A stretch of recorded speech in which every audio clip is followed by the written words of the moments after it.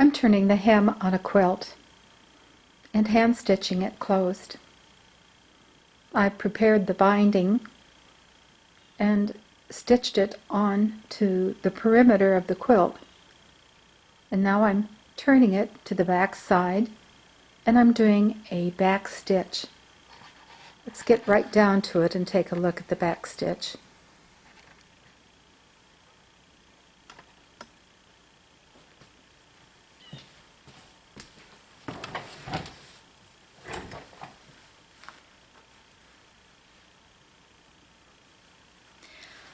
It all begins from the place where the thread and needle exit.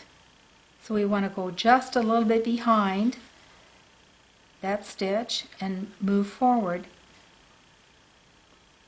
Stitch forward by about 1/4 inch.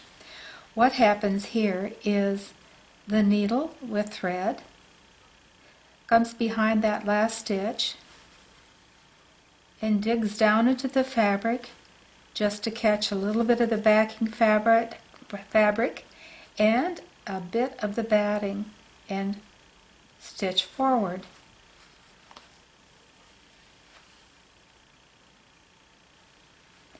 Again, looking at where the thread emerges, going behind that stitch, digging into the backing fabric and just picking up just a little bit of the batting. We're moving forward by about 1/4 inch, grabbing the needle and thread and completing that stitch. Again, behind the stitch, move forward about 1/4 inch, stitch complete.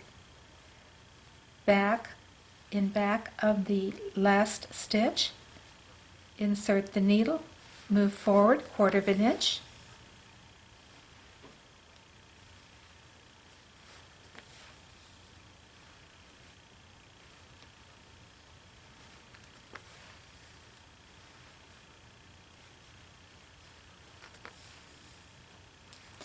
Not only is this stitch very sturdy, it represents a stitch that's been used for centuries. It's a real durable stitch.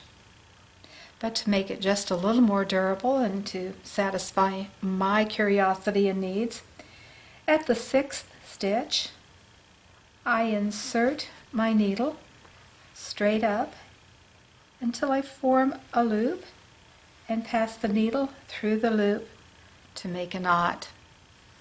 Then we can stitch again.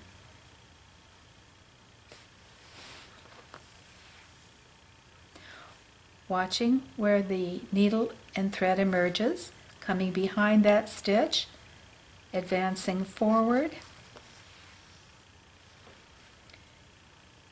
picking up just a little bit of that backing and batting.